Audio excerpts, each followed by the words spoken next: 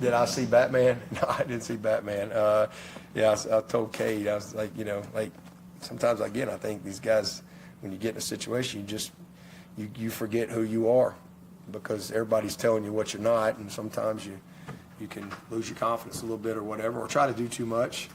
And, that was kind of what I told him. I'm like, listen, man, you're Batman. But my message was more, you're Cade Klubnik. Just be Cade. And so he was awesome.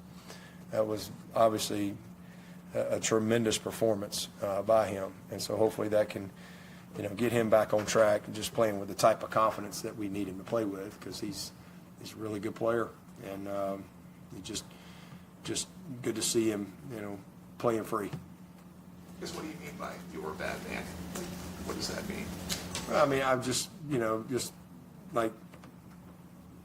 you can do something about it. You know what I'm saying? You don't have to, you can do something. You don't have to, you're Superman. You ain't got to stay down in this hole. You can just fly right out of it, right? Remember who you are. And that's just kind of, was really just a message for the team. It was a message for certainly for Cade. And, going into that game, as we reset, you guys have forgotten who you are. And we're playing, not anywhere near to our capabilities, a few guys in particular. And it just certainly weren't complementing each other. But we can do something about it. There's a lot of teams out there that they lose games and they're just not very good. Can't do anything about it. We can. But we gotta be who we are, and we gotta, play to our capabilities. And just good to see them, have a game like that. Hypothetically speaking. All right, welcome to Bleav in Clemson Football. I'm Will Vandervort. Our producer, Alex Dodd, is back this week. I'm back, baby. I'm back. And he's not Batman. Neither am I. I was locked in a well, and I had to fight my way out like Ra's al Ghul's daughter. And I made my way back to the podcast. Well, I'll explain a little bit later. I wrote a story. It's going to be on the Clemson Insider what reference Dabo was. And Adam Randall will join us here in a little bit and will tell us exactly what Dabo Swinney was meaning when he brought up that last week. But Alex, last week, I have to say they did play like Batman. They did go out and do something about it, and they went out and proved that they still can play football at Clemson. I think that's the thing that I took out of last week. But, we're going to talk more today about, are they Batman or are they Robin? Now, what I mean by that is Batman is obviously the guy. He's the guy. Robin is the sidekick. And so the rest of the season is going to tell us, is Clemson Batman? And they came out and they dug themselves out of this hole and they realized who they were. And like Dabo said, and they went and played like it the rest of the year. Or are they Robin in the sense that they just, they're just like, hey, I'm here. I'm happy. Wearing some red spandex or whatever. Exactly. Here's the thing. When I saw Dabo say that today, I was like, man, now our whole show tonight is going to be, breaking down different Batman analogies. Like that, Dabo spoke right to the nerd in Will. I know Will cringed a little bit when he said, you're Superman and you can fly out of the hole. I know that hurt Will's feelings. It did. Every time I heard it. Because it was such a good analogy, the Batman. But I knew Will was going here today. Yeah. As soon as I saw it, I'm like, oh, great. Here we go, Batman. Surprised you're not wearing your Batman shirt. That would have made sense, right? After this, you would have been wearing the Batman I thought about it. shirt. I should have put my Batman stuff. There is some Batman stuff behind me. I don't know if y'all can see it, but there is a Batman. I'll bring it up right here. He's going to break something. Here we go. So here's one of my Batman cups that are sitting right here. So I'll put that right there, and kind of bring it up every time I need to bring up the bat signal, if you will. But Alex, you're right. I'm a big Batman nerd. And so I was obviously very geeked out today when Dabo went into the Batman, theories. The lore, whatever. And of course, I go down the rabbit hole of like, okay, which one is he talking about? What story? And Adam Randall will give that to us here in a second. And then I wrote about it on the Clemson Insider as I it's the stories about Clemson football, but I used Dabo's, analogy there to tell the story about what he's talking about exactly and how he's comparing it to this year's team, which what we'll do here as well. and that'll tell us, whether they're going to be Batman or whether they're going to be Robin in this story. And so to me, that's a big difference if you're Batman or if you're Robin. Well, it's the same story, right? Where doesn't Robin kind of come in? No, it's not. Or is that just story. in the Dark Knight Rises? It's just in the Dark Knight Rises. No, that's not the same story. I'll explain to you, but it's similar, but not the same story. I don't want to go all geeky on you just yet. I'll do that here in a little bit, but before we do that, we want to make sure we get some viewers before Will goes all geeky because they're right. And by the way, guys, I'm glad you mentioned that, Alex. Comments. We want plenty of comments in the sections. You guys, you tell me, is Clemson going to be Batman or Robin? You tell me. I know I had a lot of people all commenting when I was writing my stories this past weekend after the game, like, oh yeah, don't go haywire, Will. They played a high school team. They played a high school defense. So, throw it at me. Let's do it. Give me some comments. I want to hear about it. Let's go. People on Facebook, people on YouTube, people on Twitter, X. Let me know. Let me and Alex know what you're thinking. Is Clemson going to be Batman or are they going to be Robin the rest of the season? Also, tell me your thoughts from the North Carolina game. Give me some questions. Give Alex some questions. Let's talk about it. You guys have been great. I love communicating with you guys each and every week. So appreciate you guys joining us. Speaking of that, Alex, we really appreciate the people who are helping us do this podcast, and we need to go ahead and start with them first. And we'll start it, Alex, with the Clemson Insider. For the most complete coverage of Clemson athletics and recruiting, go on over to the ClemsonInsider.com. Alex, not only do we have football, and not only do we have recruiting going on, we got women's basketball up on the Clemson Insider as Ashby Mixon, a friend of the show, co-host, if you will, fill-in co-host last week. Co-host. That's my job. I want to get this out here too. I like Ashby. She was outstanding on the show last week. I was following along. But I told Will when we came on here, I was a little nervous that Ashby was on here because I know she's coming for my job, man. She's too good. She's too good to be. You got to get somebody of a lesser caliber to be my replacement next time. I'll send you a list of people who I think are good, but not as good as me, and that's who you can have on next time. But not Ashby. She's a pro. Alex says, man, I go take my wife on her birthday dinner, and next thing I know, Will's replacing me. Yeah, I get a notification. I'm like, you're now live. And I look on here, and it's Ashby. And I'm like, damn it. Why is it Ashby? Of all people, it's just too good to be replacing me.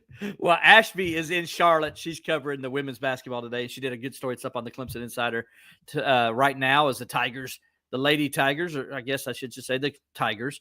I'm so used to calling the Lady Tigers. I don't know what we call them anymore.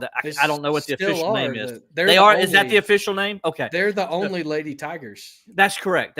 So anyway, you have to beat that out of me. I'm not going to call them something different just because it's, whatever. Right. So anyway, the Tigers or Coach Poppy and Clemson women are up there.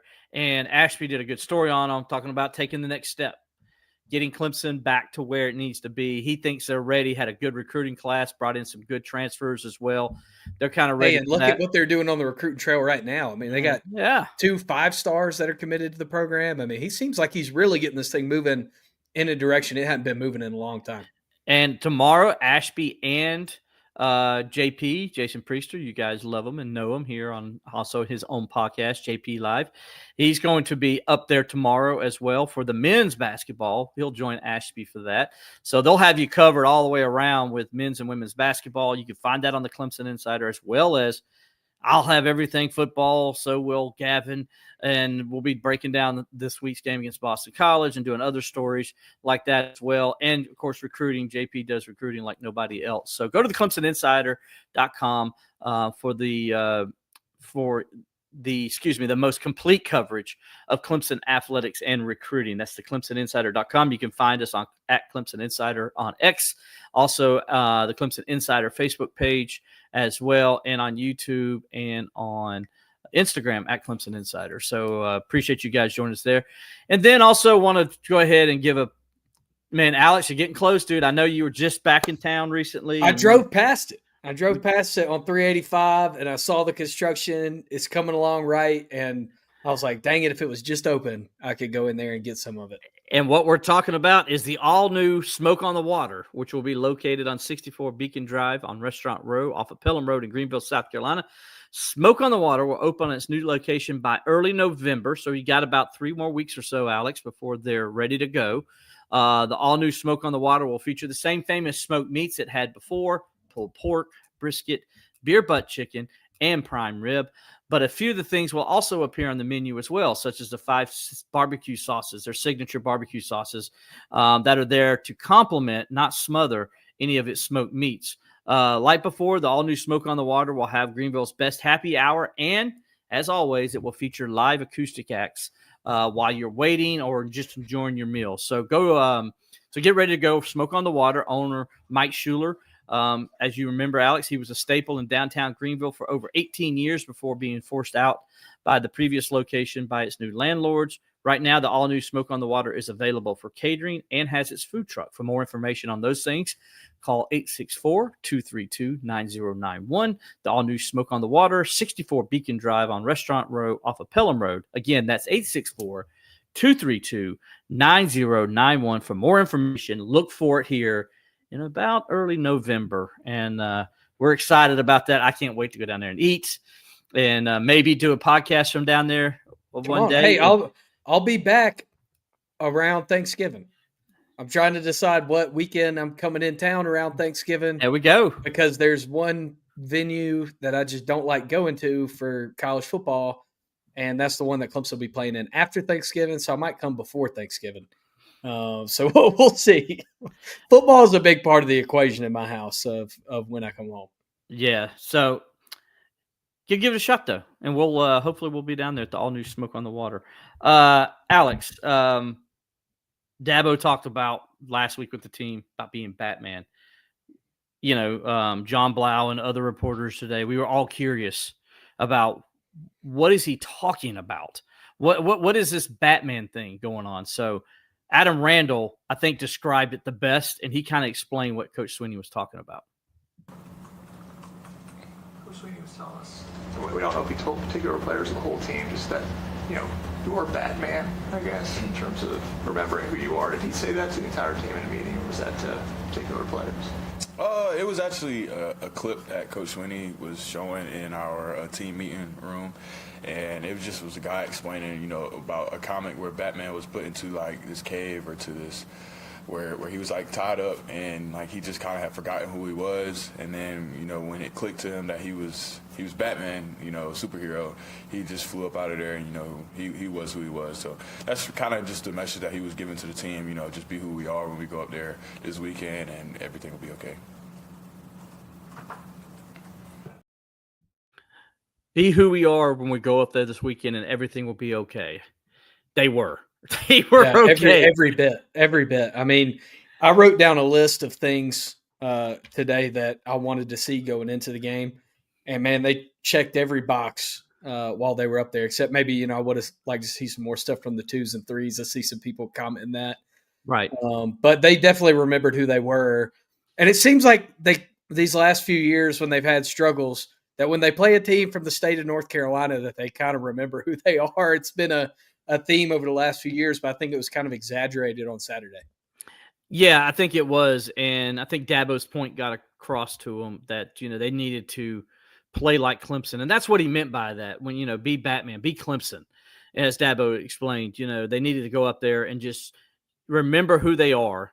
Remember that they are a talented team. And I liked what Dabo said. Is like, you know, sometimes teams lose and they're just bad teams and there's nothing they can do about it. But he's telling them, guys, you're not losing because you're a bad team. You're losing because you're just not doing what you're supposed to do. You're not being Clemson.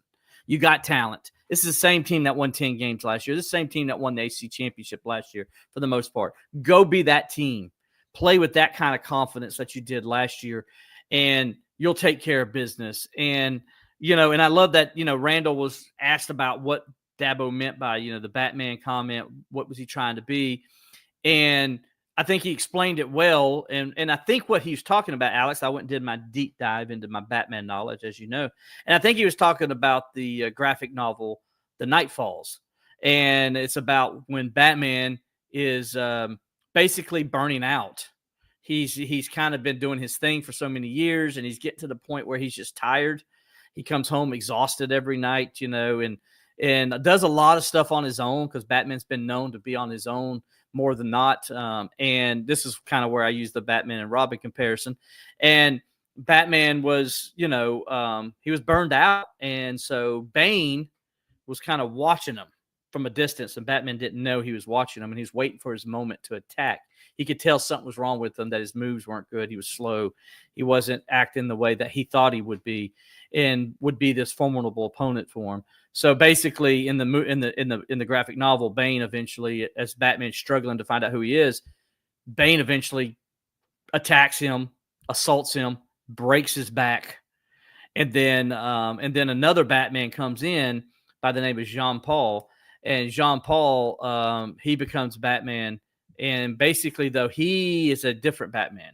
He uses violence and he hurts people intentionally, and he's not very good, and he starts ruining the Batman reputation, and that's when Batman realizes, A, because Bane's doing his thing, and B, because this Jean-Paul guy is messing things up and ruining his reputation as Batman. So he's got to reemerge himself. And with the help of Robin, he gets back into it, and he gets back, and they overtake the Jean-Paul guy. Then they go and beat Bane. And a lot of people also can recognize it, Alex, through The Dark Knight Rises, the movie The Dark Knight Rises, where Bane breaks Batman's back in that movie, and Batman's got to figure out who he is. And so it could be that one as too. But Adam Randall, if you heard his comments, he said comic. He didn't say movie. He said a guy was talking about a comic. So that tells me he's not talking about a movie, because Dabo just would have probably used the movie scene, I guess. I don't know. Anyway, the nerd of Will Vandervort has just come out with his Batman knowledge, and I think it's from the from the Nightfall graphic novel, which came out in 1993, by the way, and introduced Bane as a character. That's the first time Bane was introduced in the Batman family. So anyway, there you go, Alex. Now you know the nerd stuff you probably didn't want to know. All the people up here as well didn't want to know. Fair enough. You got somebody gets in here, Desperate Man says, wouldn't a better analogy be, are we Batman or Bruce Wayne? Well, but no, because here's why. Bruce Wayne is Batman. Right. And so you can't be Bruce Wayne is a mask of Batman. So it's like, no matter what, Bruce Wayne is always going to be Batman. So whereas, it's not that he's, Bruce Wayne's not being able to figure out who he is, because he knows who he is. And I guess I could see the point there. Like, they're saying, well, are they Clemson or are they Batman? But, I don't know. I think it's more the reason I say the Robin is because of the sidekick part. And we'll get to that, because Batman is the man. He's the dude. And so in this movie, Nightfall, though, Alex. Or in the graphic novel. Nightfall, Batman Bruce Wayne is replaced by this character, Jean-Paul Valley. And so he isn't Batman, but he acts like he's Batman. Well, that's Clemson. Those first 4 games, Clemson was Jean-Paul Valley. That they look like Clemson. They had the tiger paw on their helmet. They wore the orange pants and the white pants, and the orange jerseys and all those things. They ran down the hill like they were Clemson, but they weren't Clemson. They didn't play like Clemson, and that's why they were 1-3. Where the real Clemson is sitting over here to the side, and he's all wounded and doesn't know who he is, and he's doubting himself, and he's tired, and he's burned out, and doesn't know what he wants to do. Does he? And so there's the struggle, right? And that's who they were. And so that's what I'm saying. That's the difference. So maybe I should have said that, but people wouldn't have known who Jean-Paul was, right? Was it Batman or Jean-Paul? Yeah, people be like, who? It's Jean-Paul. Exactly. So so that's kind of where they're at. And so right now is Clemson. Okay, Alex, they look like Batman this week. Right. I mean, I know we probably got some comments in here. Appreciate guys. Please keep commenting. We're going to get to those in a second. Yeah, we'll get to the mailbag here in a minute for sure. Yeah. I know people are probably like, Will, they played a high school defense. Of course they looked like Batman, and I get that, right? I get that. But, Alex, they played a high school defense against Syracuse too. Have you watched Syracuse the last 2 weeks, Alex? The last 3 weeks? Have you watched them play football? Yeah, and given their quarterback's hurt. No. Just the defense. Don't care about the offense. Right, yeah. Yeah. Have you watched Syracuse? Oh, I'm with you on their the last defense. couple Their weeks? defense is no better or no worse than it was when they played Clemson. It's the same defense. They're no better than North Carolina's defense. Right. Yeah. And what happened in that game? They couldn't score points. Right? They couldn't get in the end zone. And so that's where Dabo was talking about. He's like, guys, come on. We should be scoring on these guys. What are we doing? Cade, what are you doing? Guys are running wide open. Why aren't we throwing the ball to the guys? And that's been the story where in this game, Alex, when guys are running wide open, he was throwing the ball to them. Yeah. That's the difference. He wasn't doing that in Georgia Tech. How many times did Georgia Tech did we see guys wide open they didn't throw the ball to?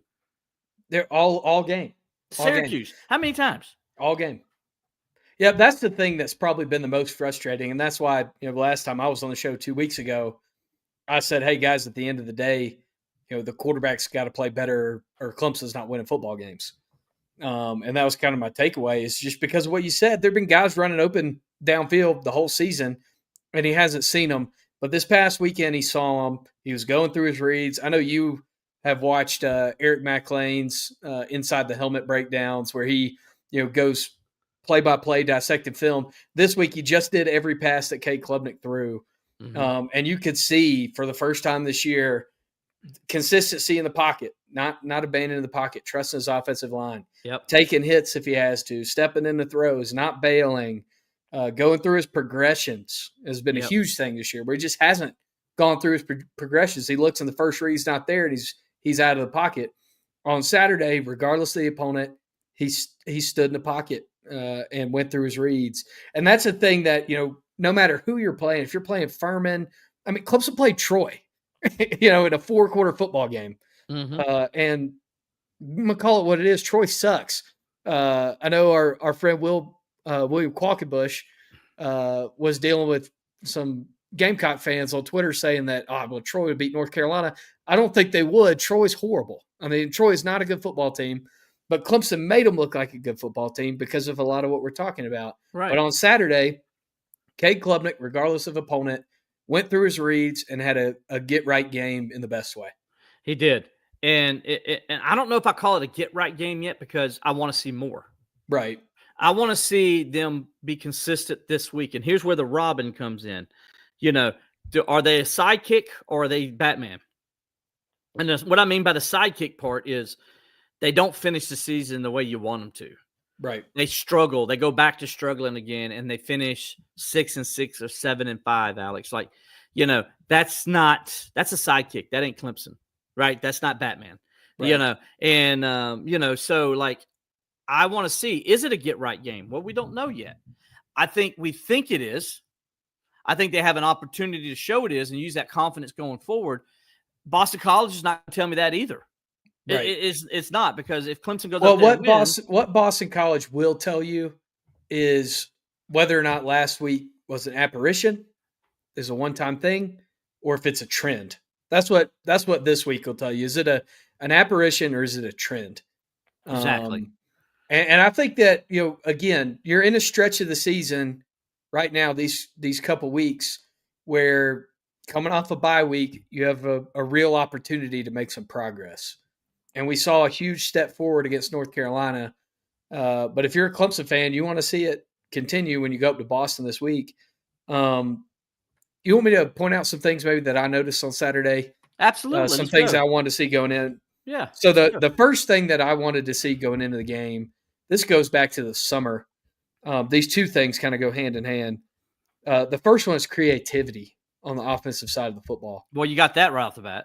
And you got it right. Exactly. You got it on the first play of the game with the wide receiver pass. Now, that's great. A trick play is not exactly what I'm talking about with creativity. I'm talking about motions. I'm talking about general deception. I'm talking about different wide receiver groupings. And you saw that all game long. Yeah. I loved how, before you get more, talking about that wide receiver grouping and how they used Adam Randall. They would put Adam Randall out wide, and it was obvious Clemson was not going to work on the running game. They felt like we can throw the football.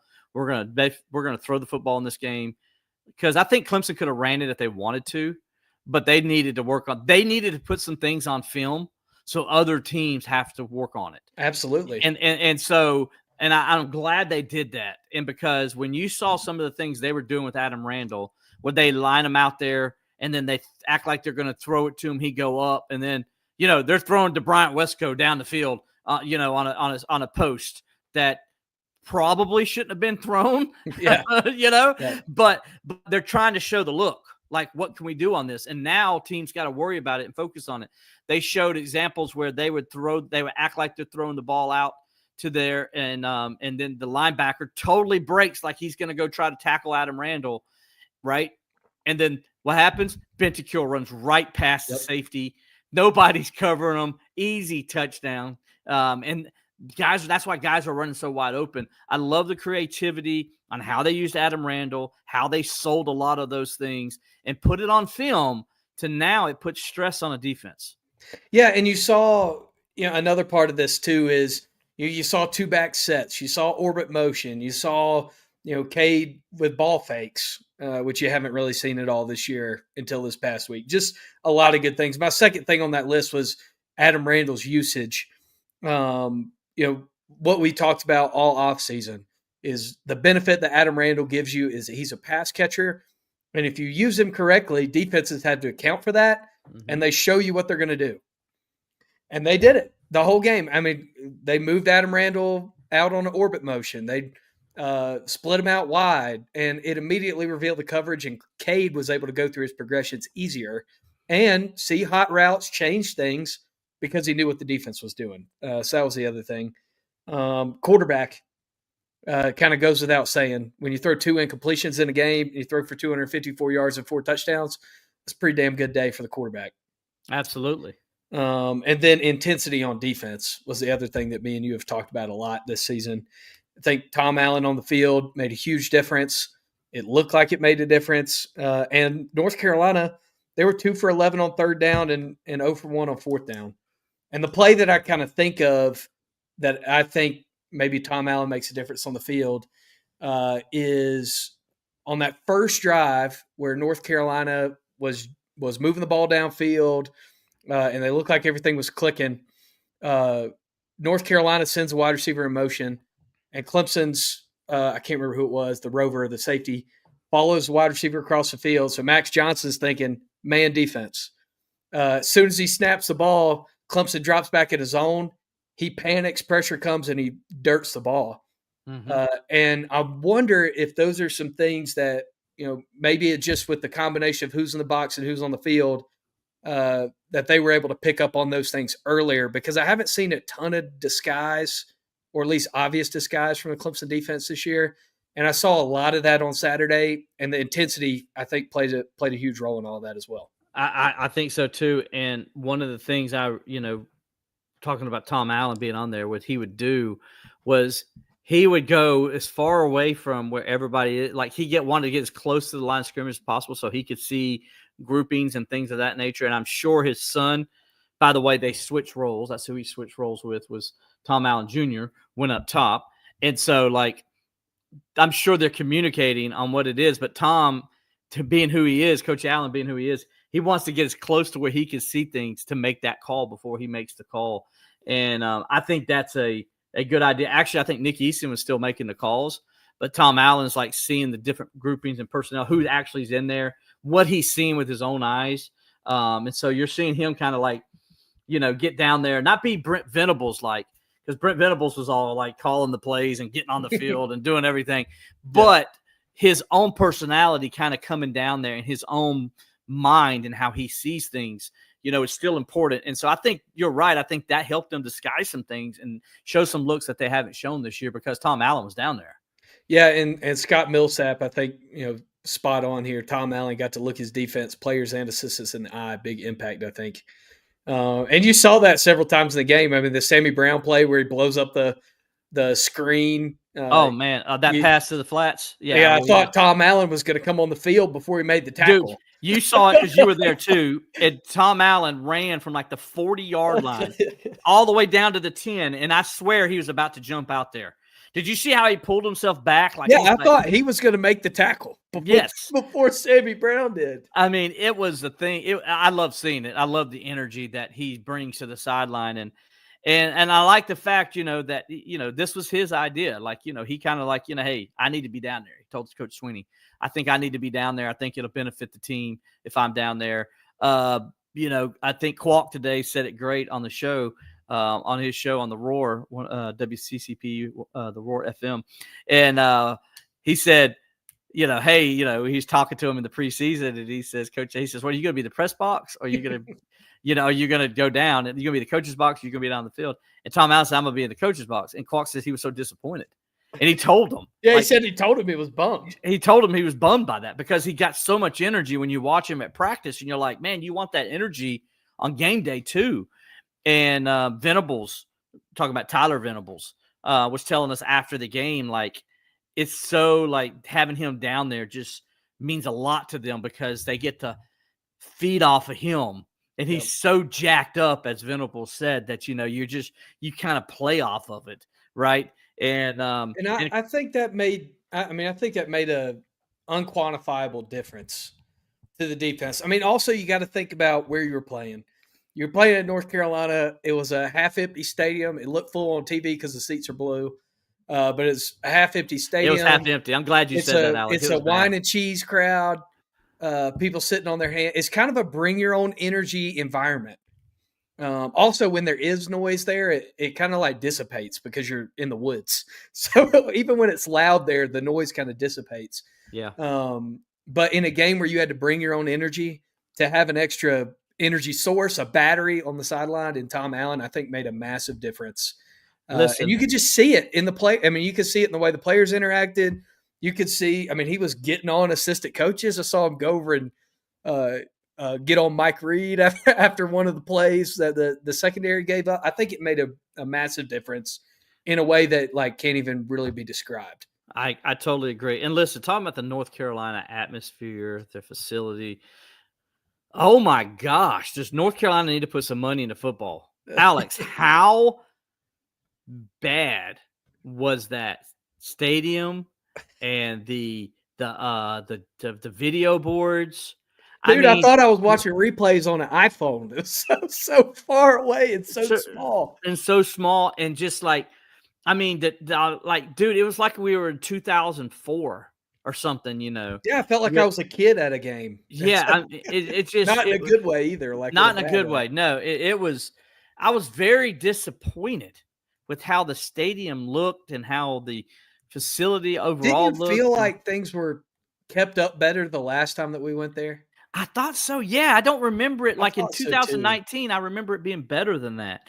I thought so too. I wonder if that's just a sign of the times, kind of with the program, that things had been kind of sliding for a little while, and that led to kind of just things being unkept. But I thought you bring in this new coach, you're paying him $10 million. You just replace the field turf with grass. Like I thought all those things made me think that the game day experience was going to be a little bit better. Now, granted, it was a noon game, and but still, both teams had loser records coming into it and all that. But the video boards, the ribbons, the video ribbons and stuff like that. Like, yeah, I mean, dude, you had to Alex, I couldn't even find. It took me 5 minutes to figure out where the time clock was. Exactly. Same here. I'm like, where's the time clock? Where's the down and distance? What's going on here? What am I looking for? I was asking Rachel. I'm like, Rachel, where's the clock? And she's like, it's over there. I knew you were looking for it. I found it already. Because every time we go to a sporting event, man, we go to baseball games, whatever. I'm like, where's the pitch indicator? Like, where's the count? Where's it? Everywhere we go, every game. Right.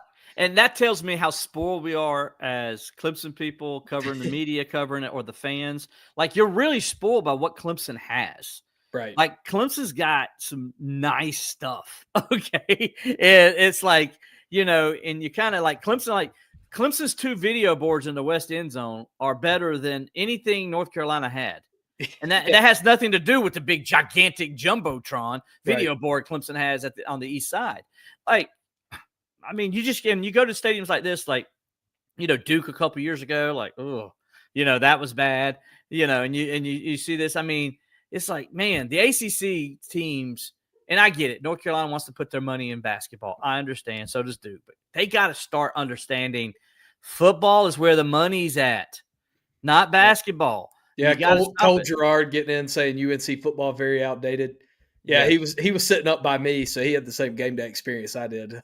Yeah, I saw very Cole outdated down there in the tunnel. and this outside of the stadium, man. We were sitting out there waiting, and I thought I was like in 1984.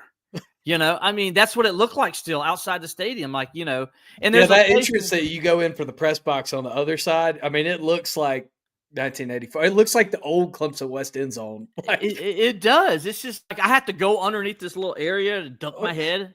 I'm short to begin with. Like, I'm 5'9". So, it's not like I'm a tall 6'2", 6'3" guy. I'm 5'9". And I got to duck to go under this thing to get to the elevator. I'm like, come on, man. North Carolina, be better than this, Georgia Tech was just as bad. We were there a couple of weeks ago, and they're trying though. Georgia Tech's trying to. They are. They just have a lot to make. They need to put money into internet. Georgia Tech needs to put money into the internet. I know that's crazy. Technology. Yes. What are you doing? But no internet. The internet's the worst in the world. I will say this: North Carolina's internet was good. We had no problem with North Carolina's internet. By the way, Justin Wilson is an SID over there at North Carolina, and you remember him, Alex, good friend of the show, good friend of everything ACC. As he goes, I called him on his ACC tour. Yeah, when's he coming to Clemson? That's what I asked him. Everywhere. That's what I asked him. I said, so when are you going to start working at Clemson? But anyway, he was great, man. It was great seeing him, and he's doing a good job up there, with the communications part and all that with them. So it's good to see him, and hey, they fed us. I was happy about that, and we had breakfast. It was traditional breakfast. It wasn't like foo-foo stuff that Clemson gives us, So Clemson used to give you like bacon and eggs or chicken and waffles, so now they give you like me chicken and waffles, avocado toast, or chicken and waffles on a stick. That's what they give me now. What does that even mean? What I just said, chicken and waffles on a stick. It's foo-foo stuff. It's like I wish just bacon and eggs. And Jeff, give me a biscuit. What I got? Jeff, I appreciate you, Jeff. Don't think I don't appreciate you, because you do give us hamburgers and hot dogs at halftime, and I appreciate that. But man, Jeff, this next noon game, can we just have bacon and eggs and sausage? Maybe that would be great.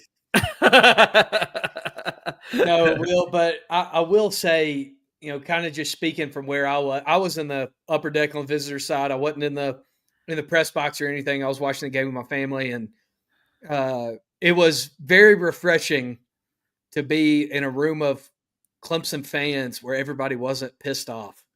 Like, it was just after that first play, it was kind of like a collective sigh of relief amongst the people I was sitting with. It reminded me of the App State game last year. Yeah, it did. It reminded me very, very much like that, where it's like, man, you just are begging your team to show some fight and some creativity and some gumption, and they did, and you kind of could feel that amongst people I was sitting with, except for one guy behind me who was just a turd that I was complaining in the third quarter when they're up 35-3. And we're not talking about Cole. No, we're not talking about Cole. Cole wasn't you. It was definitely not Cole. He is an eternal optimist. But some dude behind me is like, why are we giving the ball to Ian Shefflin? I'm like, because they're up 35-3. Like, they're going to give the ball to people you've never heard of the rest of the game. I mean, that's how it goes when you're beating the brakes off of somebody. Yeah, but yeah, he stopped after that. He left very soon after because his girlfriend was like, "All right, you're making your own people mad. You got to get out of here." I did see one person get in here, and since I brought this up, Neil Gaiman says, still questioning why you do a jet sweep to probably the slowest player on the team. Well, Dabo explained that on his radio show last night, though. And so Dabo says, like, they had it, if it blocks up the way it's supposed to, he said it goes for a really good gain. But I think he said the guard or somebody didn't do what they were supposed to do. It got blown up. And it got blown up. And so it makes it look bad. But he says if it's executed the way it's supposed to, they're going to get him out on the edge. And he's like, he's probably going for a really good gain, maybe even scores. Yeah, well, here's the other thing, too, about Ian Shefflin. I think people underestimate, like, the fact that he's ginormous. So it looks – I mean, he could be running a 4.2 and you would think he's slow just because of how big he is. So I think that's part of it, too. He's not as slow as he looks. I mean, he's not out there burning people like Bryant Wesco or whatever, but he's not slow. No, he's not. He's just a big dude. And I heard I know Cole's sitting there and he says, pull it up there, Alex, what Cole just said. I heard a lot of why can't Cade put up 60 points against North Carolina? And he said it perfectly. He only played 3 snaps in the second half, and what do you want the guy to do? I mean, exactly. 22 of 24. He threw 200 completions. And one of them might have been a touchdown. I mean, in 30 minutes of football, he had 250 yards, which means if he played the whole game, he goes over 500. And he completes 44 of 50 passes or 48 passes or something. You know what I'm saying? Yeah. Like, oh my gosh, what's wrong with Cade? He couldn't score 60. Listen, guys, and somebody in the media did something similar in post game and talking to just nonsense. TJ I mean, people just don't know football and I'm like, pay attention to the game. I'm sitting there like, why are you asking that negative question? Like, dude, they're like, they held back in the second half. Dabo didn't want to run the score up. He gave other guys opportunities to play that haven't played. Like, come on. Like, why are we asking that question after they just scored 28 points in the first quarter and they're up 35-3 at halftime? I mean, you had Trent Pierman throwing the ball to Sanderson. I mean, that's where we were in the no offense to Trent Pierman or Sanderson. That was a great play. Man, I love watching Trent Pierman play. He's just a gunslinger. Dude just doesn't care about anything. He just has no regard for human life. That was fun to see. Here we go. Rob Ellen. Did more heel fans attend home games during COVID? So, listen, Rob, love the question there. So here we go. Me and Alex were there. There was probably, Alex, at kickoff, 15,000 people in the stands? Yeah, if that. I mean, there may have been how many does that stadium seat? Like 60? 55, something 50, like that? Yeah, it's under 60. There may have been 20,000 people because the students were like, by and large, were there. I mean, it wasn't completely full. It wasn't the whole section wasn't full, though. Yeah, it wasn't full. There were like a couple rows in the middle, and then the corners of the student section were empty. Yeah. But I would say there were probably 20,000 people at kickoff. Which was they had the Ludacris concert helped get some people in the door. And then the basketball scrimmage helped get people out of the door. Okay, well, I'm going to go there. That's where I was going to go. So, the game, the night before, we're eating at Tobacco Road there in Durham, which is a great place to eat if you've never done it, if you've never been there. Bart's first time he's ever been there, which is surprising.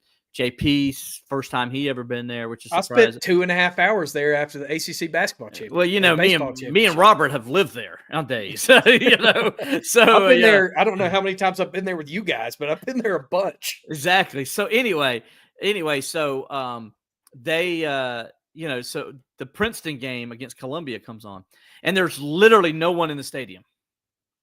Princeton and Columbia. I mean, it was like it was still COVID. I'm like, is it COVID still in Princeton or something? Are they just like, there was nobody there. I mean, not one soul was in the stands, it looked like, and it's a big time Ivy League matchup. What are we doing? So I'm got 17-time national champion Princeton coming to town. Defending champions for the, whatever, conference, Ivy League conference. They were defending champs. So anyway, the next day I'm thinking, okay, yeah, that's hilarious. So the next day I get to North Carolina and it looks just like it. I'm like, oh my gosh. Here we are at kickoff, and there's only like 20,000, if that, in the stadium. It was just horrible. And then when Clemson went up 35-3, there was a mass exodus. All the students left, so nobody was there in the stadium. I sent you a picture. I put it on X. How bad it looked at halftime. I mean, that was start of the second half. I mean, there was nobody there. Well, I could tell you why they weren't there. Alex, what they did, I told you at baseball. Well, what they did is they went and tailgated. And then they all went to the Dean Dome. And how do I know they were at the Dean Dome? Well, I parked near the Dean Dome. And so when I'm going back to my car 2 hours after the game, keep in mind, I've done my work, walking back to the car. Now we're done. Alex, all these people are filing out of the Dean Dome. The whole parking lot I parked in was full, slam full. I'm like, gosh, you guys suck. You'd rather go to a basketball practice than watch a real football game. Well, and they made an announcement. What a miserable life. They made an announcement in the fourth quarter or might have been the late third quarter of the football game. Attention fans, reminder to go over to the Dean Dome 15 minutes after the conclusion of the game for the basketball scrimmage. Because, that's how their PA announcer, he's got that good Southern country voice. Yeah. There. But I think I swear I saw 5,000 more people get up and walk out when he made the announcement. I know it was like it's just like, man, that's embarrassing. To me, that's embarrassing if you're trying to sell football. And that's why I said the first thing I would do if I was Bill Belichick, if I was serious about being a North Carolina's head football coach, the first thing I'm doing, all the Argyle crap is getting out of my stadium. Yep. This is a football stadium. This has nothing to do with Dean Smith. Get that crap out of my football stadium. You know? Do you think Brad Brownell wants anything Dabo Swinney in the football in his basketball? You think he arena? wants pictures of Howard's Rock and Little John? Or No. No. But, It's like, could you imagine if they put an outline of Howard's Rock in the corner of the basketball arena? yeah, it'd be stupid. Get that stuff out of there. It has nothing to do with that sport. And that's why you suck at football.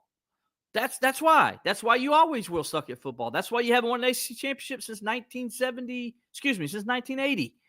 Because you do stuff like that. And I am not going to lie to you, Will. I'm pretty disappointed. I was really looking forward to seeing the Clemson, North Carolina game, watching it in a couple months on Hulu for the Tar Knocks or whatever they were calling it.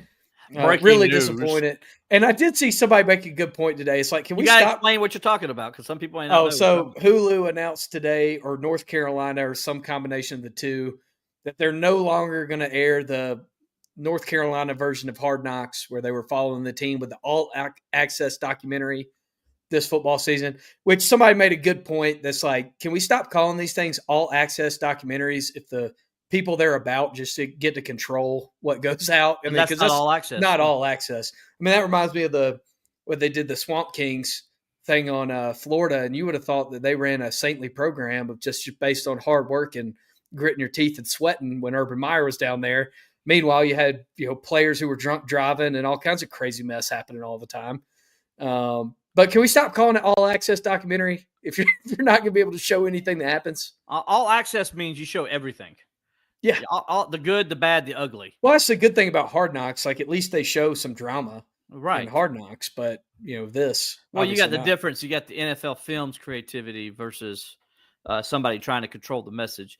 Listen, I understand teams want to control the message and all, but sometimes you got to let the message. You can't control the message because you got to let the stories out because that's what makes things more interesting to the average viewer, and it gets the average viewer to watch. Your diehards are going to watch regardless. Well, right? Dude, that's what golf and Formula One have got 100% right. Yeah, it's like the Full Swing show on Netflix. I don't know if you've watched it. It's outstanding. Yeah, where they follow the golfers and really show you their personalities and show you. They went all through the PGA. They did that with tennis too. With the tennis. Yeah, they did it with the Unbreakable with tennis and the F1. I mean, that's what gets casual fans to. It makes you relatable. Makes you relatable to the athletes, and you get to understand the struggles they go through, the good, the bad, the ugly. Yeah. They go through stuff too. They're real people. They're real people, and that's what you want to get. But it is what it is. All right, Alex, what do you got? You threw something up there, and then we didn't. You pulled it down, I think. Just give me. We've got several questions. Give me a couple more comments before. Yeah, I've got Curtis Mobley gets on here and says really didn't like taking the foot off the gas in the second half. Also thought Christopher Vizina is not the answer next year. Yeah, I think a lot of people are with you on CV. Very average performance he had. And that's why it looked like they took their foot off the gas, guys. It wasn't – I don't think Clemson took their foot off the gas from a standpoint of, we're not going to try to score anymore. I think it was more they wanted to get other guys opportunities to play to see what they could do so they could get them on film. And those guys didn't produce. I mean, that's what happened. Yeah. And you're glad, though, you do that because that's how you get better. And so, so from that standpoint, I understand the frustration. You want to see Clemson put 56 on them. They probably would have done that if they kept Cade and those guys in there. Or if they put Trent Pierman in instead of do you want to keep Cade in there? I mean, do you want to be what Bill Belichick was doing at the end of the game, where he was just trying to get stats so Clemson didn't win the fan presented by FanDuel, by the way, Bleav in Clemson football, but they didn't win the FanDuel stuff, so they didn't cover or any of to knock off people's parlays. Yeah. So they could shade people because that's what he did. Like he called timeout and then ran a regular play with 1 second to go. He calls timeout. We called 2 timeouts in the last 25 seconds. Exactly. And he doesn't try to score in either one of them. He just ran regular plays that he knew wasn't going to score. And his own fans were booing. Yes. And because so they was wanted I. to get to the Dean Dome. And so I was booing because I wanted to go home. They were delaying the start of the Tar Heel basketball scrimmage. But he did it so he could get some padded stats. That's why he did it. So would you rather Dabo do that and then somebody get hurt? Because that's another thing. It was kind of Bush League because somebody could have got hurt. Right. Him doing that, because there's no reason to have that extra play, right? Those 2 extra plays. There was no reason to have either one of them. Yeah. And somebody could have got hurt doing that. And so it was kind of Bush League. And let me just say this. That explains to you the real Bill Belichick. Yeah.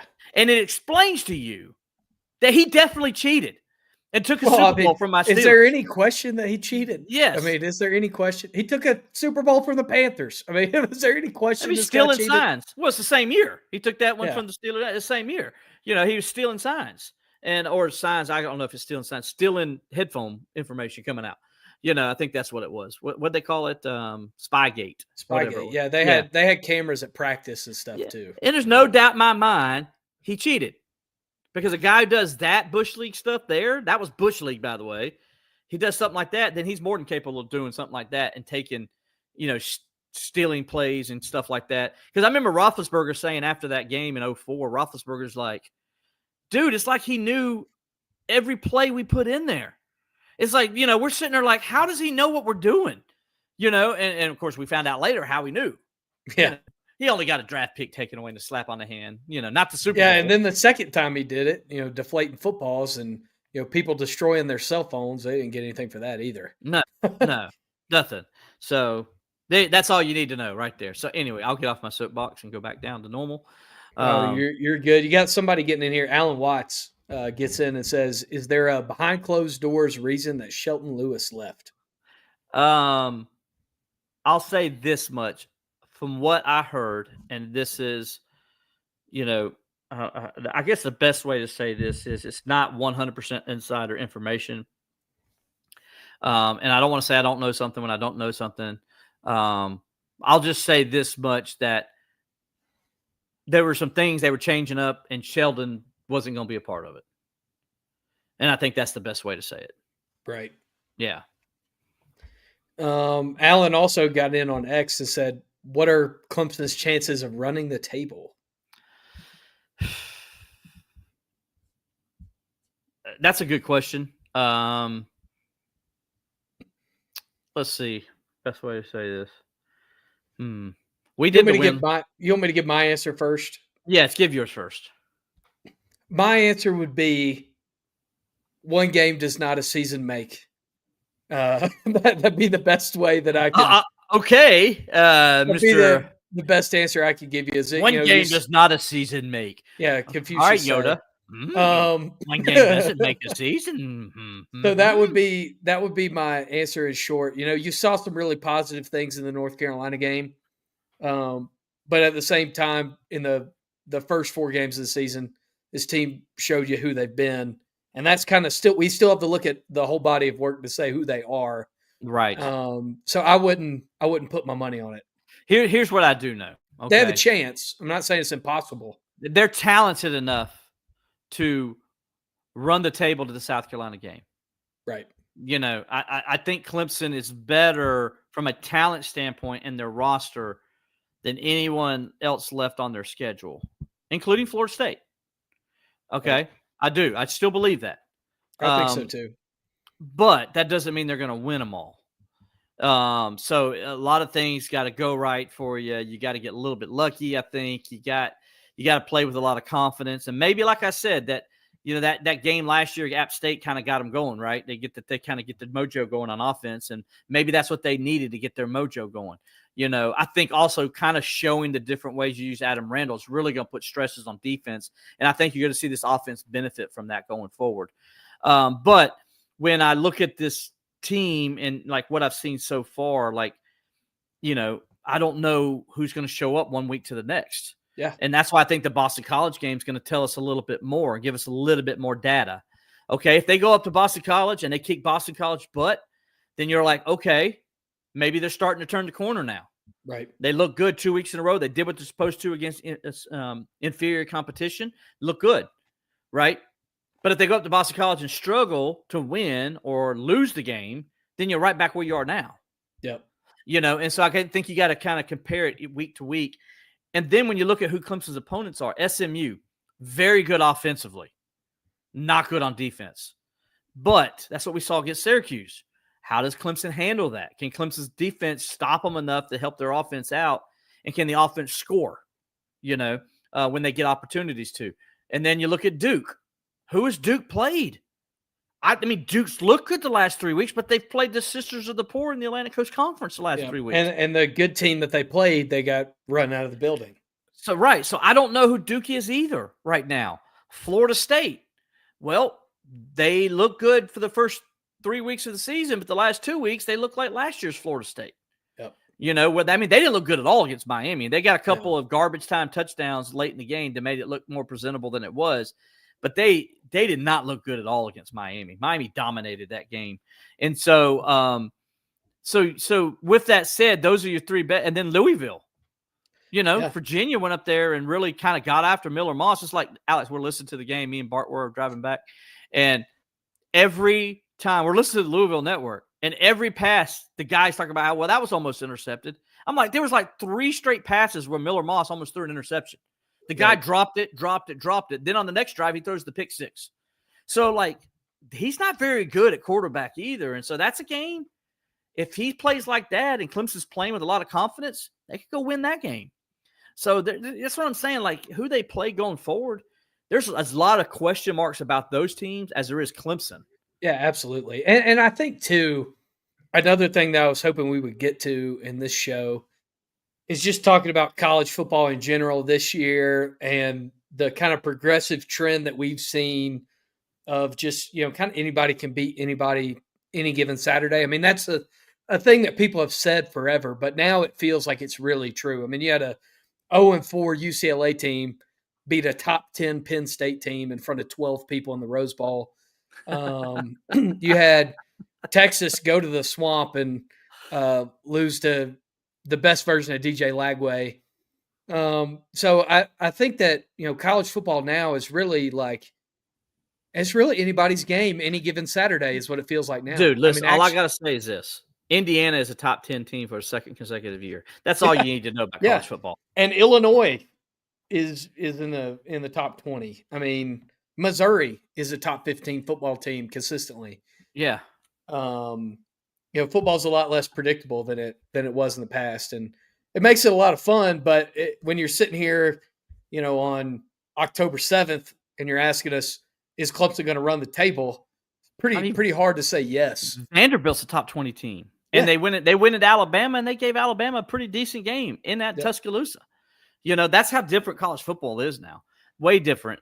So anyway, any more comments before we move to Boston College? Well, Cole gets in on this conversation and makes a good point. The schedule is in Clemson's favor. You go on the road to BC, and then you get back-to-back home games against 2 good teams. Right. Great way to win some ball games and get ready to travel to Louisville. It is. It is a good way, but they got Florida State before they go to Louisville, so at home. So they do got some good games coming up at home. I like to think they're going to turn the tide there with this home slump they are against Power 4 teams at home. That's going to turn. Yeah, you'd hope that Death Valley will mean something this month. This is the month for Death Valley to mean something again. Exactly. If you want it to mean something again, this is the month to make it mean something. Exactly. So you think that'll help turn the worm a little bit there, and they'll get a couple wins. And if they do, they get the mojo going. And then that Florida State game, who knows? I think it'll be a good game. I think it'll, the winner of that game will get a really respectable bowl game, as opposed to the loser going to a non-respectable bowl game. So there's still a lot for Clemson to play for. There's no doubt. Absolutely. You want to talk about BC a little bit here? Let's talk about some the Boston College Eagles, if you will. Who Dabo said today is a few plays away from being 4-1. Well, he's not wrong. He's not wrong. I mean, I wrote it down because I saw a lot of people giving Dabo hate on that today. I mean, they lost by 4 at Cal, so that's one play. You score a touchdown, I or you don't give up a touchdown. I watched the game against Cal, and Cal came back and took the lead in the last minute or so, and then BC goes all the way down the field, got first and goal inside the 5, and the quarterback throws an interception. Yep. In the end zone, and then- Cal wins the game. So that's definitely one play. Yep. So Stanford, I think it's 2 plays against Stanford. You lost to Stanford. Because you lost to Stanford by 10, but you had a pick 6 in that game. Yeah. You spotted them 7 points. So maybe you can say it's 2 plays against Stanford. Michigan State, double overtime. That's one play. You win the game. Yep. Yeah. So those 3, 2. I mean, I think you're talking about 4 plays between those 3 games, if you want to use that. Yeah, I think it's 4 plays, and that's what Dabo said, though, right? I mean, you lost it's 4 plays, and they're 4-1. Yeah, you lost 48-7 at Pitt. So that's the one. There's like 10 plays or 15 plays or maybe 20 plays in that game. Well, they were down 4-1 before they. Yeah, I mean, so that one was just ugly. Yeah. But also, I mean, I didn't see very many people talk about this either. How banged up Boston College is. Yeah, Dabo. They had like their whole. Yeah, Dabo mentioned it, but you had like their whole team injured when they went up. The whole defense. Yeah, Dabo said 10 guys on defense, 10 guys that play on defense didn't play against Boston against Pittsburgh. That's big. That's big. When 10, and most of those guys were starters. So, and I'm sure they'll have some of them back this week. But look, when you play Pittsburgh, you're not going to be any healthier. Yeah, I mean, that's a very physical football team. It is. They'd probably knocked a couple other guys out. So there's going to be a mass unit that Clemson's playing this week up there in Chestnut Hill. But, let's talk about it. It's still an offense, though, Alex, that is 11th in the country in passing yards. They got a quarterback who can sling the ball all over the place. Now, he's not scared. Now, look, he doesn't make great decisions. We're talking about in Dylan Lonergan. Dylan Lonergan. He doesn't make good decisions. 6'2", 211, sophomore. Sometimes he makes bad decisions, and that'll happen with a young quarterback.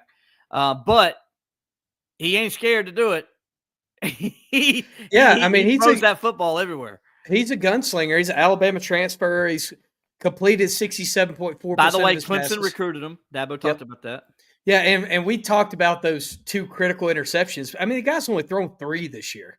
Mm-hmm. He's thrown 3 interceptions. He's completed 67% of his passes, 1,277 passing yards, 9 touchdowns. I mean, this guy's a gunslinger, and he's going to give him a chance to win football games. And they got some good receivers. Number 4, Reed Harris, 6'5", 217. Dabo talking about he's a real physical guy, goes up and get the ball. He's a guy you got to deal with. Lewis Bond, he's about to break the all-time record in receptions at Boston College. He's one of those typical Boston College receivers that, catches the pass and runs past you. Like a Zay Flowers. Zay Flowers kind of guy. Exactly. And then they really like Dawson Pugh as well. Freshman, 6 foot, 193. Really think he's going to be a good one. So they got really 3 really good wide receivers. And they got a tight end in Jeremiah Franklin, another guy, senior, been there for a long time. Gives you problems because what does BC do, Alex? They always got that tight end. Well, what does Bill O'Brien do?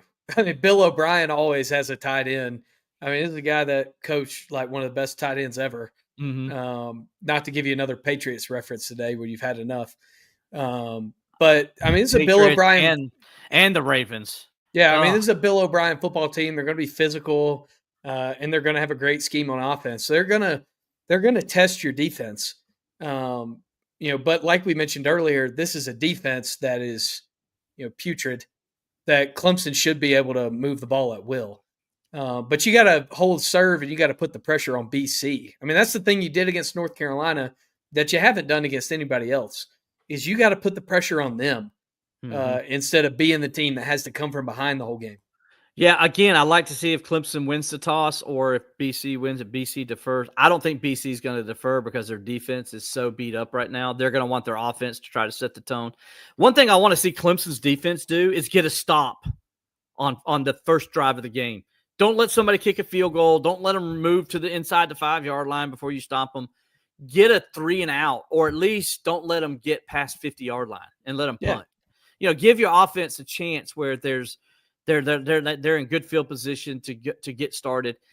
if you do win the toss, though, again, throw your offense out on the field. Yeah, take the ball. Take the ball, get them out there. Let's get a good start going on the offensive side of the football. And you know Clemson was taking the ball Saturday regardless. I mean, you Right. could tell by the play that they ran that they were taking the ball. Were you surprised that North Carolina gave Clemson the ball first? I was too. I mean, I was and I wasn't. I wasn't because it's Bill Belichick.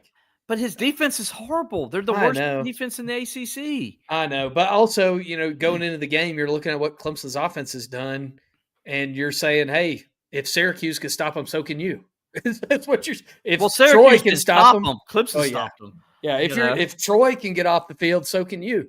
You know, that's probably their mindset going into that game. Well, maybe they're thinking Cade would make a mistake or be Cade. Let's call it what it is. Yeah. But I don't think Bill O'Brien makes that mistake on Saturday. I don't think so either. I think he takes the football. If he wins the toss, it goes. All right, Alex, it's our Pick 6 segment. By the way, brought to you by FanDuel. Bleav in Clemson, presented by FanDuel. We're our Pick 6 segment here, where we go into FanDuel to get what the spreads are and the numbers and all that. Alex, so let's first of all give people the update. First of all, I want to commend Alex for being honest. I thought he was 4-2 last week, and he was 3-3. So Alex was very honest, and he said, Will, you were wrong last week. I didn't go 4-2. I went 3-3. And so Alex, by that, dropped another game. Well, since I wasn't on the show last week, can I take Ashby's picks? No. You cannot, because your picks what? were you sitting in my chair. You sent me your picks, and we know what your picks were. So last week, me and Alex both went 3-3, which puts me at 20-16 on the season, puts Alex at 17-19. 2 games below 500. You don't have to say it so loud. And then Ashby, congratulations. Ashby came in. First ever guest picker. And Ashby, of course, everybody knows who watches Ashby, listens to Overtime with Ashby on Wednesday nights on CCP, or they read her stuff at theclemsoninsider.com, or they read her stuff in the Clemson Media Guide or the Clemson, game programs. Ashby knows what she's doing. And Ashby went 4-2 last week in her pick 6. So Ashby won last week. We got to bring her back on now, because we can't have her just win the one time. We got to beat her, Alex. So we're going to have to bring Ashby on at some time. When I bring her on, I'm going to put in there like Conference USA and the American and the one FCS game. I mean, I'm going to do everything I can to trip her up. I'm going to watch Maction for weeks leading up to it, just so I can get an edge. I love it. Alex mad because Ashby beat him. All right, Alex, let's go ahead. What we got here on our Pick 6 presented by FanDuel? Yeah, let's start it out with a top 15 matchup in the SEC. Number 8, Alabama, a 3.5-point favorite at Missouri. Alabama getting +3 at Missouri. Ooh, I like this one. I like it too, because it makes me feel like I got a chance to gain a game. Yeah. Plus, it's not 3.5; it's 3. Well, it's 3.5. Yeah, it is 3. It is 3.5. Oh crap! It's always a half. Will, it's never a 0. See, that's different though, right? But I still like this home game. Missouri, Alabama. Coming off the high, they got their revenge against Vanderbilt. They beat Georgia. Do I dare say they have a letdown? I think I do. I think Alabama wins the game, but they win it by a field goal. So that would mean Missouri covers and will covers. So give me Missouri +3.5. I don't get any bonus points for this, but Missouri is a dang good football team this year. Nobody's talking about them. Nobody in the whole country is talking about Missouri. They're going to be talking about them after Saturday, because they're going to beat Alabama straight up. How about that? Now, is that what you're saying? You're saying straight up, or you're going against? Yeah, I'm saying straight up. But all right, if you no, lose, we still pick against the spread. It doesn't work that way. No. Straight up is different than picking against the spread. Okay, well, they're going to beat them straight up, but I'm picking the spread. Okay, there you go. See, that's different. You got to say that. It's very. But they are going to beat them straight up. Okay. Right. Okay. Don't write it down, Will, but you can write it down. I got you down. It's just covering the +3.5. All right. The next one we've got is Ohio State, number 1 in the land, is a 14.5-point favorite at Illinois.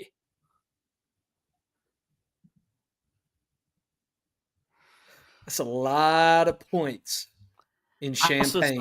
I also saw Indiana throw whopper on them. And I saw. But that was also, I mean, and I saw Southern Cal cover, and I should have almost won the game. But you watched that game though. Some of that Indiana I watched that game. whole game. I watched the whole game. The Indiana game. Yeah, that was like a disaster game. It's like everything that could have went wrong. But still, I think Indiana plays them 10 times out of 10. They beat them. I think Indiana's a better team. I think Ohio State's a better team. I think Ohio State covers. I'm going Ohio State. Give me Ohio State minus 14.5. Yeah, so am I. I was just trying to talk you out of it. Didn't work. The next one, Pittsburgh is going to number 25, Florida State, who is a 10.5-point home favorite against the Panthers. All right, 10.5-point favorite. Give me Pitt to cover the 10.5. And I'm going to tell you, I won't be surprised if Pitt beats them. Because here's why. Yeah, tell me why. What's the one thing Pittsburgh defense is great at? Stopping a running quarterback. No, not just stopping running. What are they great at overall as a defense? Just being physical, stopping the run. You don't run the football on Pitt. Yep. And so, that means their little 5'4" quarterback, and he is 5'4". He's shorter than me. I know this for a fact because I know I'm 5'9", and that guy ain't 5'11", because I know he's shorter than me. Okay, Tommy Castellanos. Pittsburgh's going to pressure him like crazy. And you saw what happened last week against, Now, they're going to have a chance to have guys wide open down the field because of the way Pitt plays. But he's got to get the ball to him, and he throws the ball. He's not – when he's pressured, go look at his numbers the last 2 weeks when he's pressured against Virginia and Miami. He's completing less than 50% of his passes. I think he's thrown 4 interceptions. He got a couple of garbage touchdowns late against Miami. I mean, he doesn't throw the ball well when he's pressured. And so Pittsburgh's going to bring the house, Alex. That's what I'm saying. I wouldn't be surprised if Pitt wins, but Pitt will cover the 10.5. See, I think Florida State covers. I think they bounce back. I'm not impressed with this Pitt defense. They gave up 34 points to Louisville, and you mentioned Miller Moss. Did you watch that Louisville game, though? The reason they gave up 34 points is because Narduzzi had a couple stupid 4th down calls that he went for where he gave Louisville short fields and allowed them back in the game. They gave up 31 points to West Virginia. West by God, Virginia. Yeah, they did. And they lost. So I don't think they're going to go to Tallahassee. Not saying that they're not saying they're unbeatable, but Pitt their defense is still the best defense in the ACC. And you said you were taking them straight up, right? No, I did not. I said they're going to cover the. I'm trying. The 10.5. I'm trying to gain a couple games. I said plus 10.5. I said plus. But hey, you went against. You're going with Florida State. I'm going with Pitt. Here's your opportunity. Yep. Well, hey, we got 2 different this week, so I could pick up 2 games. Okay. What's the other different? Alabama, Missouri. You picked Alabama. I'm picking Missouri. No, I didn't. I didn't pick Alabama. You picked Mizzou with the points. Yeah. My bad. Really, all right. Write it down right. That's why I keep my own score over here. All right. The next one. The Red River rivalry shootout, showdown, whatever they're calling it these days. It's a Red River rivalry. Yep. Oklahoma, number 6 in the land at Texas. It's at the Cotton Bowl. Texas, yeah. Versus Texas, who is a 1.5-point favorite. Texas is a 1.5-point favorite. Give me the Sooners. I think Brent Venables is going to make Manning all flustered. Because if Florida can make him flustered, there ain't no doubt in my mind Brent Venables and Wes Goodwin and their perfect marriage that those two have are just going to and I know they don't know who their quarterback will be, but that's not going to matter because I think Arch Manning's going to give them a couple of interceptions. He's going to fumble a couple times. They're going to, I think, control the game defensively. Yeah, give me Oklahoma to cover that one. Yeah, I'm with you straight up. I got Oklahoma straight up. I do too. Yeah. It's 1.5, of course. For the same reason they're going to eat Arch Manning for lunch. I mean, this is a quarterback who has trouble reading defenses. And if you got trouble reading Florida's defense, Brent Venables is going to throw all of the tricks in the world at you, and he's going to look helpless. Can you imagine how long Brent Venables is in the film room this weekend? This week. My gosh. He's sleeping there. He's sleeping in the film room this week. It sure Call is. it what it is. Yep. Go ahead. The next one, a top 10 matchup in the Big Ten. Number 7, Indiana at number 3, Oregon. Oregon is a 7.5-point favorite. Oregon is a 7.5-point favorite. Yep. I think Indiana is a really good football team. I really do. I Yeah, think they're a good me football too. team. I think they're a good football team. Going to Oregon, though, is hard to win. Mm-hmm. And it's hard to play well at Oregon. It really is. That is a great environment. It's one of the best in college football. They get after it. It's tough for the opposing team. They're right on top of you. It's loud. I think it'll be one of those games where I think Indiana's in it, but I think Oregon gets like a late touchdown, a field goal to cover. They're going to get like a backdoor cover. I'm going to go Oregon minus the 7.5. Yeah, I've got Oregon minus the 7.5. I also think Indiana's a good football team, but they're not Oregon. Yeah, and if this is and at Oregon, Indiana, I might go the other way. This is the type of game that everybody wants to pick as a trap game and wants to say, even though it's a top 10 matchup, it's still Indiana. And everybody wants to say it's a trap game. Indiana's going to go in there and get the, big upset win. But these are the types of games that Dan Lanning football teams just don't lose. And he's had 2 weeks to prepare. And they win these games convincingly. I mean, these are games that they dominate. They win like 44-3 or something. Yeah, so I think it's honestly, I don't think they win 44-3, but I think they win by. Well, I'll tell you this: they'll cover the 7.5. I would be way less surprised if Oregon won 44-3 than I would be if Indiana covers. Okay, well, I wouldn't. I don't argue that point either. So that's why I'm riding with. And that's with us saying Indiana's a good football team because they are. And I think Oregon is the best football team in the country. I'm still at debate with Ohio State because Ohio State keeps getting better as the year goes on. And then there's this, machine that's running in Miami. I'm waiting for Mario Cristobal to do something, knock it off the tracks. But so far he hasn't been able to do it. The assistants are keeping him away from it. And, they're able to keep rolling. Miami is a really, really good football team. And when you see who they've beaten, and the way they've beaten these teams, that's why Miami's been very impressive the first 5 weeks of the season. But we're only 5 weeks in, so we still got a long way to go. I do think Oregon's a very good football team, though. I'm with you. I just don't know if I trust their quarterback as much right now. And I don't trust Ohio State's either. Right. That's what I was about to say. You trust the freshman more. Yeah. But who's a team to watch out for in the college football playoff as they get going and they're starting to start rolling now? Ole Miss. Notre Dame. Yeah, Notre Dame. I'll watch out for Ole Miss too. I feel like they're kind of benefiting a little bit from, the past few years where they've had good football teams. They've had to deal with like a hype machine. Kiffin's going to do something though. Kiffin will mess it up. I mean, I still think they'll make the playoffs, but they're not a national championship contender because of Kiffin. He's not a national championship coach. I'm sorry. I got to see it to believe it. I mean, fair enough. He hadn't done it. So you can't say he is. I got to see it to believe it. Go ahead. And then our final game. Clemson is a 14.5-point favorite in Chestnut Hill at Boston College. Will doesn't get any clam chowder this week, but other people will. Good for them. Yeah, good for them. Have fun with the clam chowder. I have fun traveling back on Sunday while I'm at home watching my Steelers. So, man, Alex, there's parts of me that I want to say, show me again before I pick you. But then there's parts of me that says, Boston College is really, really hurting on defense with personnel. And I think Clemson's defense is going to keep getting better. I really believe that. And I know people are like, oh, Tom Allen. But like I said last week, Tom Allen's defense, like if you go back to 2012, Brent Venables' defense, go look at those scores. Go look at the yards they gave up. They were awful. I mean, they were horrible. I think Georgia Tech had over 300 yards rushing on Clemson that year, running the football in their triple option attack. They were not very good, but yet they got better. So at the beginning of the year, they were awful. Then they were just not good. Then they got to be average. And then at the end of the year, they were pretty darn good. Yep. And I think that's what you're seeing with Tom Allen's defense. They're kind of going through the motions right now as they keep getting better each week. Oh, they're in the process. They're in the process. You saw them get better last week.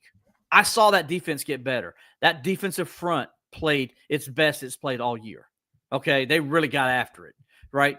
That the linebackers played the best they played all year. The tackling was much improved. The secondary played the best it's played all year. They showed some toughness in the secondary for the first time, right? And so Khalil Barnes, I think, being back plays a big role in that. So I think the defense is going to get better. I think the defense gets better this week. All that long answer.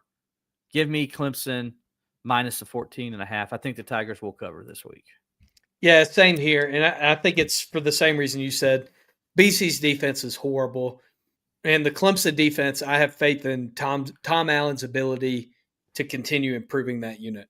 Yeah. So give me the Tigers as well. Yeah, I don't think Clemson wins it by like 21 points or anything like that. But I can They see could. them winning they could. They could do like they did last week against North Carolina. They really could. Yeah. But I think, BC's a better coached football team than North Carolina is. And I think you'll see that. I mean, if you've watched them play like I have, I've watched 3 or 4 BC games. They're a good coach football team. Yeah. And so they're not going to do the stuff you saw North Carolina doing, but they're not as talented as Clemson. And that's where Clemson, I think, if Clemson takes care of the football, executes the way they can, Clemson should score, 35-21, something like that kind of game. Yep. I'm with you. Yep. So, all right, my friend. That's going to do it. Another good week. Appreciate Dabo Swinney. Appreciate Adam Randall. Appreciate all the comments from you guys joining us here tonight. It's been awesome. Always appreciate you guys getting in and asking questions and stuff like that. So that's going to do it for us this week, though. So for Alex Dodd, I'm Will Vandervort. Until next time, we'll talk to you next time on Bleav in Clemson Football presented by FanDuel.